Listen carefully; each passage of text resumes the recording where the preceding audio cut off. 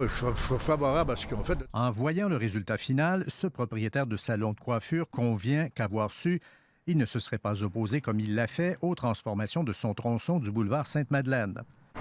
Pour le côté visuel, agréable à voir, c'est fantastique. Ils ont fait un très bel ouvrage. Bien sûr, il y a perdu au change en frais d'espace de stationnement. Il a appris à vivre avec cet irritant, sauf qu'il déplore que la police ne fasse pas davantage respecter la réglementation mise en place. Les règlements pour le stationnement, les 120 minutes, ne sont pas respectés. Une autre coiffeuse un peu plus loin n'a plus de case de stationnement immédiatement devant son salon et elle dit que des clients s'en plaignent. Quand il pleut puis ils sont obligés d'aller se stationner à l'autre bout, c'est ceux qui nous en parlent. Ou qui ils ont une canne ou ils ont de la difficulté à marcher. Il faut dire que cette place d'affaires a déjà son propre stationnement privé. Le hic, c'est que c'est surtout le commerce voisin qui en tire profit. La fleuriste, elle, n'a rien à redire. Les travaux étaient nécessaires. Depuis le début, la consigne à son personnel a été de rester positif en toutes circonstances.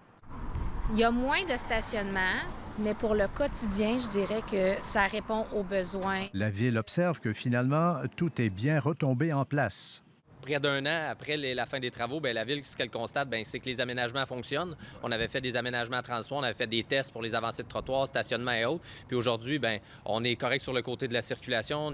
En théorie, ces grands travaux sur Sainte-Madeleine ne sont pas terminés. Il en restera encore une bonne partie à faire. La Ville l'a dans ses plans, mais ne peut dire à quand ça ira en termes de réalisation.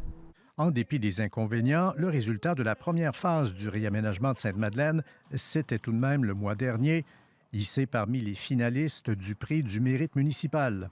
Ici Louis Cloutier, Radio-Canada, Trois-Rivières.